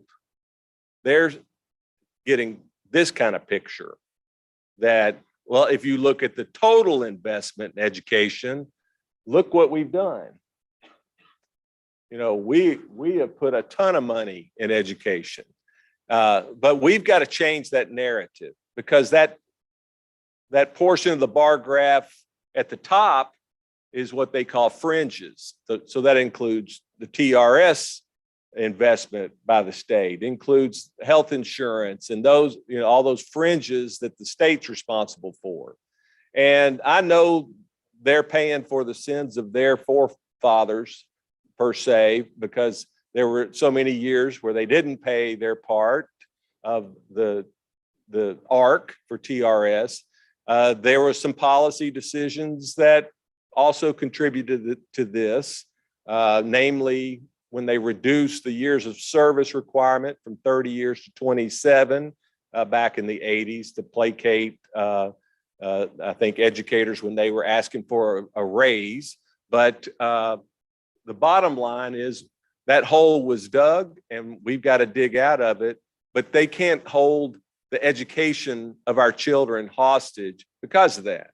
We've got to change that narrative, and we've got to make them understand the importance of that. And so I think those are the big budget priorities that we need to be prepared to talk to our legislators. And we're going to initiate some efforts that I need your help on beginning in November, where we're going to get these key messages out. And so more information will be coming out about that, but we want to really, throughout November and the very beginning part of December, lay a lot of groundwork with our legislators, and we need you and your district advocacy teams to help in that effort. But I'll go back here and also point out that one of the other new things we're going to ask for, and it centers around the no unfunded mandate plea that we've made for years, is to ask that they provide or require a fiscal impact statement or a fiscal note for every education bill. Right now, for municipalities like cities and counties, it's required for any bill that impacts them. They have to do that. But with public education being a state function by constitution, they're not required to do that. But we're going to ask them to do that so that all eyes will be wide open on any bill that they put forward for education. And I think that's a reasonable request, and one that would help us avoid these unfunded mandates. And in a moment, I'm going to get your feedback because when we had our summit on September 30th, the chairman of the House Appropriations and Revenue Committee, Jason Petrie, issued a challenge to us. He asked us to identify our top 5 unfunded mandates and the top 5 funding priorities related to the 8 original CARE goals. And I know some of you have already sent him your ideas on that, and I encourage all of you to do that. But I'm going to meet with him and we're going to talk about that, but I need your input. And I'm going to put up a little thing on the screen here in a minute with a QR code, and you'll be able to take your phone out and point at it and get that. And in fact, this QR code will take you to a little document that you can capture for your talking points with legislators. But before I do that, I want to talk about one other important item up here that one of the legislators have asked us to get him some feedback on. We've all been dealing with this critical race theory. Most of you have told me that I've talked to have said, well, it's kind of gone like this. I get a phone call from some person in the community. They say, I want to know about this critical race theory. And the superintendent says, well, it's not in the standards in Kentucky. It's not in our curriculum. In fact, I'm not even sure what it is. Do you know what it is? And they'll say, no, I don't know, but that's all I want to know. Thank you. And I hang up. And then the Delta variant hit, and I'm not hearing as much about critical race theory, but know this, there are people out there, there's forces out there that want to drive wedges between the community and our public schools. And they're going to use things like critical race to do that. So it will come back up. And so this legislator, instead of banning or limiting the teaching of certain things in our schools, he wants to create a process where the community can have more input. And his idea is that, well, the state provides the standards. He thinks the district ought to determine the curriculum in collaboration with the teachers and the councils and the principals. And so that it's aligned and coherent and transparent. And then the teachers ought to be responsible for determining how to deliver instruction to meet those standards in that curriculum. And we've been asking for a long time for a better balance of governance around the curriculum in our school districts. Many of us were able to develop relationships with our councils, and we work together, and our curriculum experts in our districts help them select curriculum, that sort of stuff. But there's been cases where, some of you all may remember Randy Poe, when he was superintendent of Boone County, testified about having a CSI middle school and his 2 feeder elementary schools wouldn't work with them. They wouldn't align the curriculum resources. They wanted different reading series, different math series, and they wanted to do their own thing. And it made it really hard for that middle school to get any traction to get out of CSI. And so this would just codify what many of us are already doing. But he wants to put something in place that would help us make progress, be helpful to superintendents in moving our districts forward. And he wants our feedback on that. He also wants to give us a little more options for district to choose on how they hire principals. You could keep doing it how you're doing it now, do it more like Jefferson County, where Marty gives 2 or 3 applicants that are acceptable to him and they choose from that. Or one idea that we've posed is that we would do it in collaboration with the councils, but if we can't reach consensus, then the superintendent gets the final say, similar to how a principal hires teachers in their school buildings. So I'd like some feedback on that as well. He's wanting to file that bill, and I told him that I would get you all thinking about that. But I'll pause there. Tim, I saw your hand come up.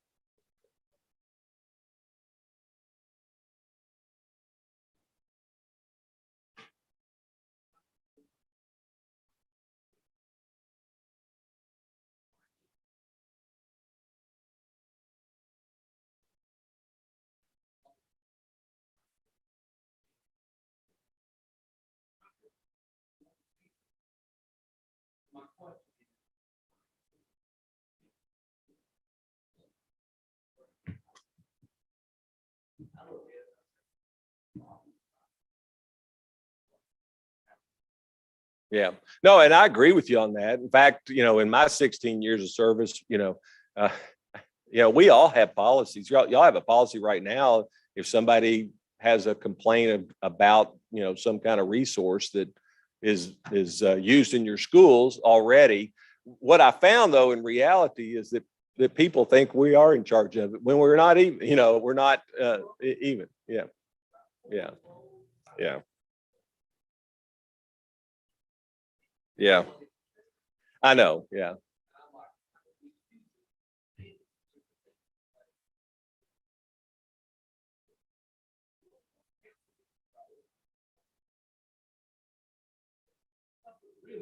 Yeah. Well, and I think that's the fact. If the law is the law as it is today, that's the answer. But I will tell you that.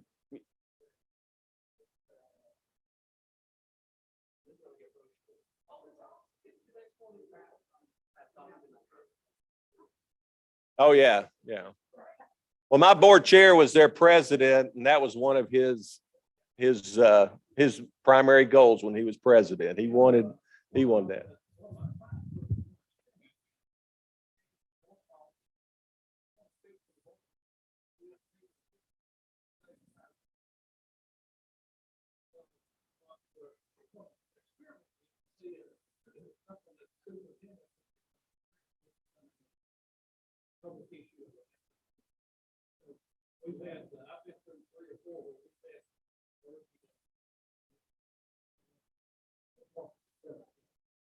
Yeah.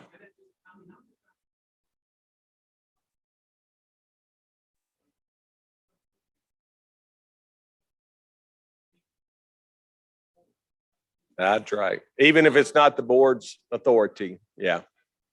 And it's not. I don't, Paul Mullins and I've had a conversation about this, the other day, and Paul kind of even said that, right now I can push them to the councils and as opposed, and I understand that. But at the same time, I do really think we have asked for a number of years for a way to ensure by policy that we have a guaranteed viable, coherent, aligned curriculum K through 12. And under the current law, a council can hijack that and make that not possible. And I think that's the other thing that's what we've been wanting to improve is we're not wanting to cut councils out. We need our teachers and our principals to work in partnership with the district to make sure we have this. So it's not to cut them out, but it is to improve the education for our students. And in so many cases in this pandemic, sometimes I think that's gotten lost on people outside of our world, whereas we worked our tails off to try to maintain as quality of an education as possible. And we're having to deal with the narrative of mask and vaccinations and all of these things that detract and distract from doing the core work. But anyway, think about that. And Tim, I appreciate those. That's what we need to hear. We need to hear what people really think and give Representative Sheldon, Steve Sheldon is the one who's thinking about doing something with this. And he is a Republican member of the House out of Bowling Green, out of Warren County.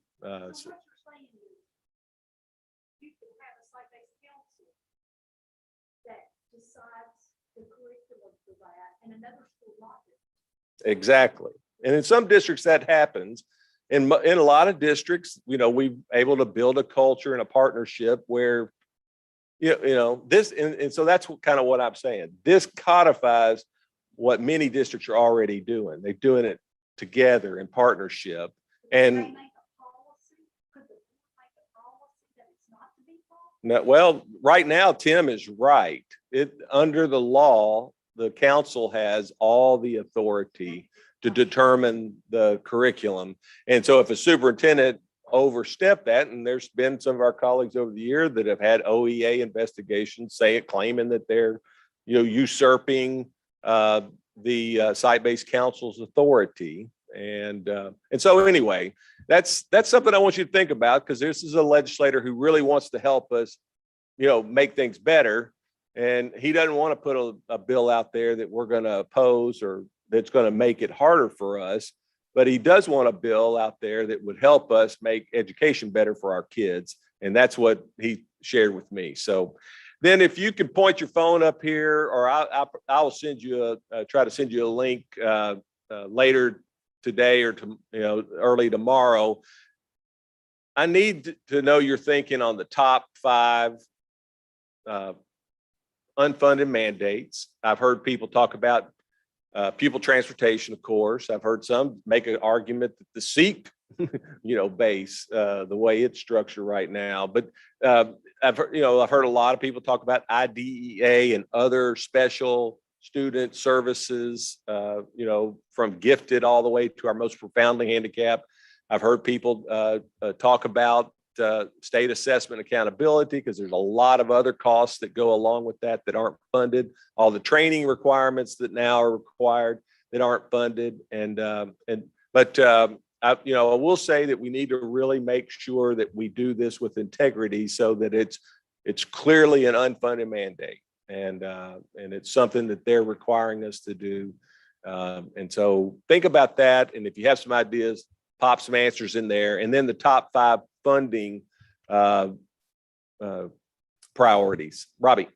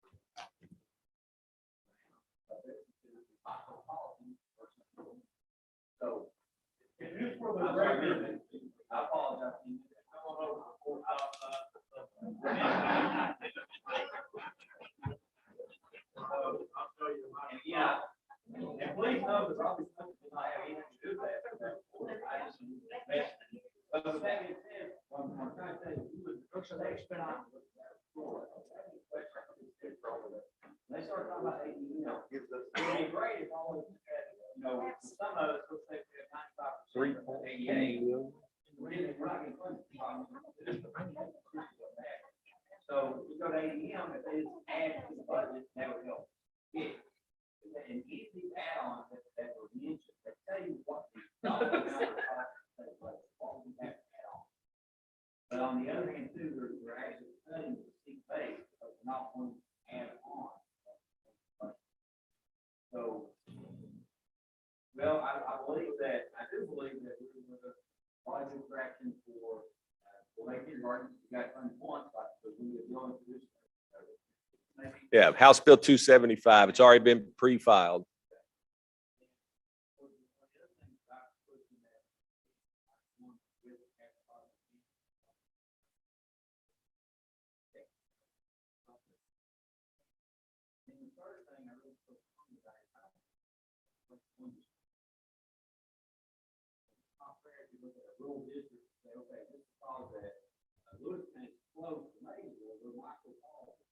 So they wouldn't get a rule out.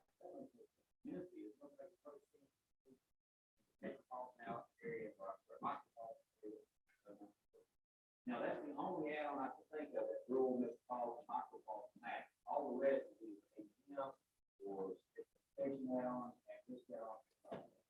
We told them to say add-on. That's before we're not increasing the state budget. We're actually decreasing the state base, taking that money that was cut and redistributing. So if you were like for example, the block was based on your property system. Because some of those are property districts, some of those not. So if you were at $1 low property value, you may get an increase.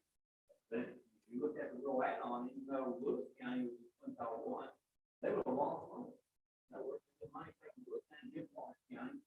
I do have a dog.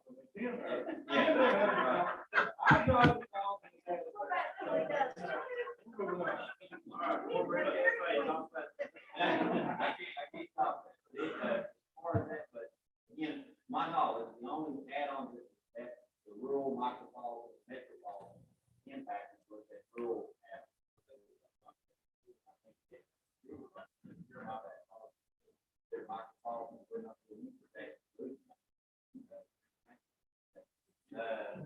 But anyway, if you look at any of those add-ons, there is a really nice worksheet, we can say, if this much added for at-risk, how would that impact my business? You can type in this type of increase, and it'll tell you what increase or decrease you get. I'm not specialist on that before, but if you have any questions, what to do, if you have any suggestions, we need to know. So we're trying to stick with the following. If you see something, especially in the top five, and see something that report really good, send it to me, and make sure it's on this survey, because we'll look at that, we'll look to. Again, I believe that there's a lot of talk in there that's been really good. I think people are listening, I think people are learning. You'd be amazed at the questions that were asked, and like I say,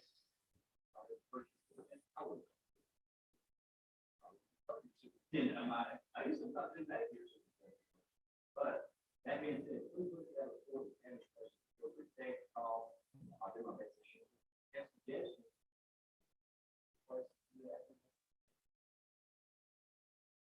And also Paul, also on his own insurance, also my board. My area.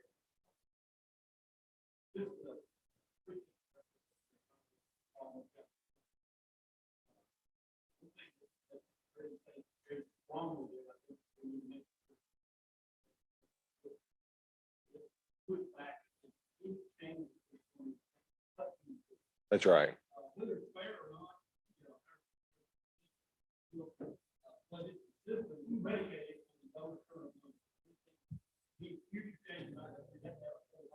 That was the language that we have in this, for example, if you look at quintile 5, you have Lyons County, Livingston County, Fayette County, Harrison County. Well, Lyons County is Livingston, the whole harvest, because they can't go below the free care funding. The same thing in my opinion, I think everybody agrees. We don't want to take our top students and bring them down to our lowest students. Well, we don't want to take our higher funded students and never rely on them. Bring them down. What we want to do is bring them back up. So there should be a whole harvest clause, in my opinion, whether they're listed that. That's something that the KAS council is also reiterating, the whole harvest. Yeah. I had a conversation with Representative Tipton, who's the co-chair of this school funding task force just this week on that very issue. So we'll keep hammering that one.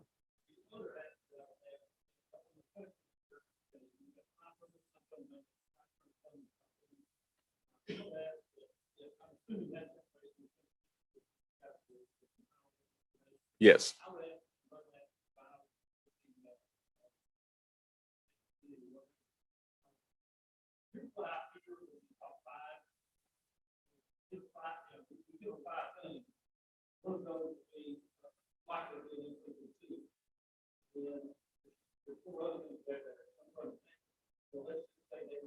Change the law and do those.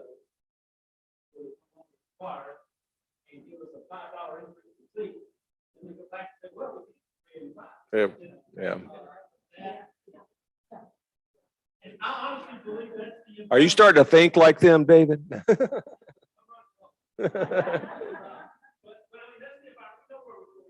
Yes. Yeah. We got to be ready for all those little tricks. Yeah. Good point. So in good discussion and keep having those discussions, but don't forget to have those discussions with your legislators and tell them real stories about what's happening in your district and how these things impact it. It's really important. And if you haven't already gotten that link, I'll send that out to you. But I do really value your input, and it makes it more powerful when I go in to talk to them. Just don't forget, we got our conference coming up. A lot of you have already registered, but if you haven't, hit our website or hit that QR code and get registered. It's going to be a great conference. You're going to have a great time, learn a lot, network, some fellowship, and some fun, and looking forward to that. Save these dates, KSBA Annual Conference. We're going to have our breakfast, and then we'll have our next Superintendent Summit in mid-June. And I'm going to close here, but if I can ever help you, just give me a shout. And Sanford's got some big news to announce. When I said that revenues look good, I'll save that for him. Let you down. I just saw a text or tweet from Brad Hughes that said that Kentucky's surplus for 22 and 23 is unprecedented. They're talking about the rainy day fund having a 25% increase to about 3.2 billion. But then Eric can tell you the bad news. So at this time, KSBA, Mr. Eric Kennedy. All right, I'll try to be quick. The good news is they've already promised all of that away. They've already promised twice that much away, and they've already written one check to Ford for a big chunk of it. So don't get too excited about the rainy day fund. I gave a sheet to the folks here, kind of some of the deadlines for things coming up from KSBA that I won't necessarily read through, that I think you can have it in your packet. Some of the things I talked about the last time you had a board meeting, the CTE scholarship and the first degree scholarship that we do, the deadlines are coming up for that. I know supers have a lot of things that you have to report to KDE by November 1st, sort of at the end of November, or some of the deadlines for these things, that some of the KSBA things that we have. The winter symposium, the KSBA winter conference, is going to be in person, pretty much basically back to normal, we hope. And plus all the COVID numbers are getting better anyway. So that's coming up in December. That's the last big training event for board members before the end of the training year. One of the sessions, and I encourage you all, you're not shy, you don't need much encouragement, but anytime you have an idea for a training class or a topic or something new for board members or board members and supers together, please reach out and share that with us. One superintendent from Northern Kentucky had an idea for a new superintendent evaluation class, which is one of the state required topics. So we're always trying to get new classes for that so that we don't have people doing the same thing every year. I created a whole class based on that. It was a great idea, and we're going to have it at this conference. So please reach out if you ever have ideas about that. Back to a couple of the points that came up in the last discussion, the little brochure that we have that David Webster came up with, the idea years ago, for what boards do and what councils do. That if you go to our website, that's one of the sliders, one of the 5 things that kind of slides across the top. You can open it up there and print it out. If you do it double-sided, you fold it up like a brochure and keep it on hand. That is really good to hand out to people. But the trouble is, school councils, they are subject to open meetings too. They're supposed to have all the same rules boards do, but they're just not that visible to people. People aren't that aware that they exist or what they are, how they can go to a meeting. So they can always find their board meeting, come scream at you all a lot easier, which is kind of part of the problem. And then to the point from the justice over here about the change in public participation policy, I just wish OEA had the same procedure where they kind of had you go up the chain of command when people call their hotline before they just send the investigators out. Because 9 times out of 10, somebody calls that OEA hotline. They haven't raised it with anyone locally at the district yet. And then OEA comes and they're the first ones to come out to you. The last thing I'll mention really quick, 2 quick things, is the school funding task force that we just had so much conversation about.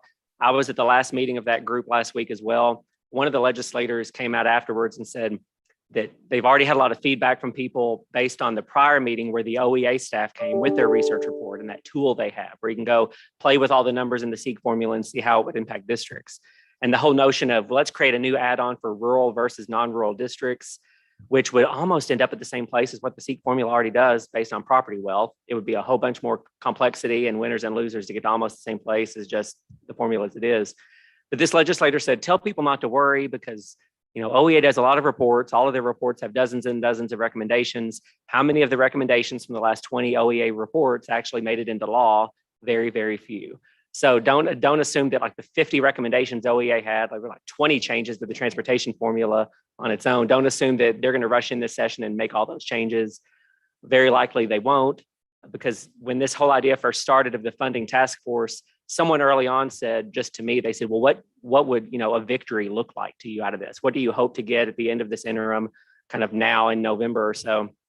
And even then I said, honestly, if the legislators involved come out of this task force of having a meeting a month for 6 months, if they come out just understanding more about how the formula works now and how complex it is, And so that they know that they can't just do one simple change in one session without a lot of thought ahead of time and fix something, that will be enough of a victory. And I think that might be where we end up. There was a CTE funding task force last interim, same thing. A group of legislators came in, they had testimony on how CTE funding works once a month, all interim. And at the end of it, when they came for their meeting, like the one that's about to happen, and they said, well, what are our recommendations to change how CTE funding works? One of them honestly said, well, I just figured out I had no idea it was this complicated. It's so I don't really know what to do because it's if you do one thing, it helps this one and hurts this one, and not too much changed. So it might be how this one ends up is that at least we all kind of have a more public awareness on some of these big pieces and how it works. So with that, I won't belabor any of the points because I know it's getting late in the day, but thank you all for always having us come talk at these meetings. We appreciate it.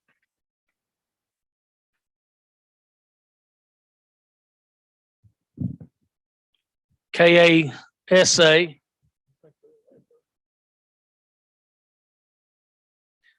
University partners. Moorhead wants to speak. Dr. Miller.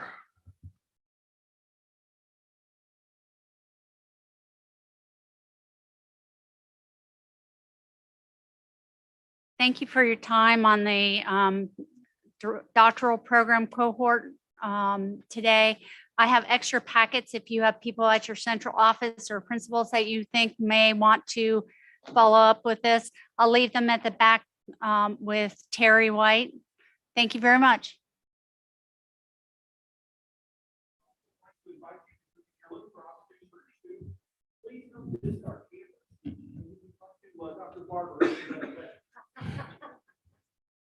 If you have travel issues, just give me a text or call, help you guys out.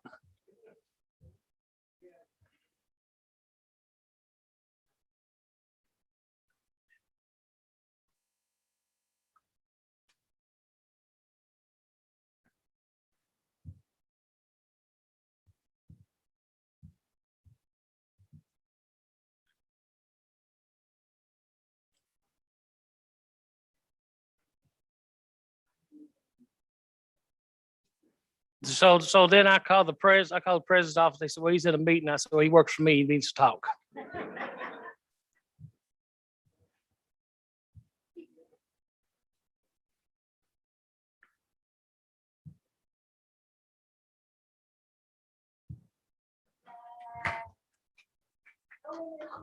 But I was really nice. But I said, hey, we're playing offense. It's football. They throw a Hail Mary, you don't knock it down, you catch the damn thing.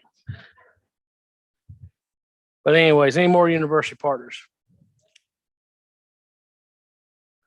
Okay, superintendent concerns. Hey, I'm gonna get done before 5 o'clock. Keep my streak alive. This time I entertain a motion to adjourn. Oh, Wendell Winters. Wendell, you're supposed to let me slip on this out and give me the winner. We're giving away a gift card and it's in the mail. Gift card in the mail. Okay, and the winner is. Sanford Holbrook. Good call. That is. My man from Wayne County. Wayne Roberts. And this is. I think he's won every time I've run a meeting. This is for Ross Sinclair. $100. She's out. Oh, there she is. Oh, is she here? I didn't She's see her. here. Diane Hatchett. Diane Hatchett? Yay. Hey, she back there hiding with the glasses on. She looks incognito. I know. Well, I noticed that Mass and Bria feud there. Dave was trying to block her. Yeah, what about that? And one more winner. He gave me a B for my student teaching. Hell no. Tim Spencer. That's my supervising teacher when I did my student teaching, Mr. Spencer. So all my faults, you know where they came from. We will block that check.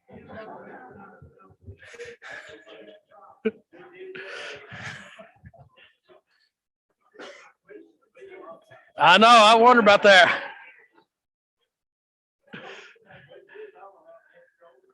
I didn't understand that either. I have a motion to adjourn. So moved by Paul Mullins, second. Second by Pat Richards. We're adjourned. Thank you all.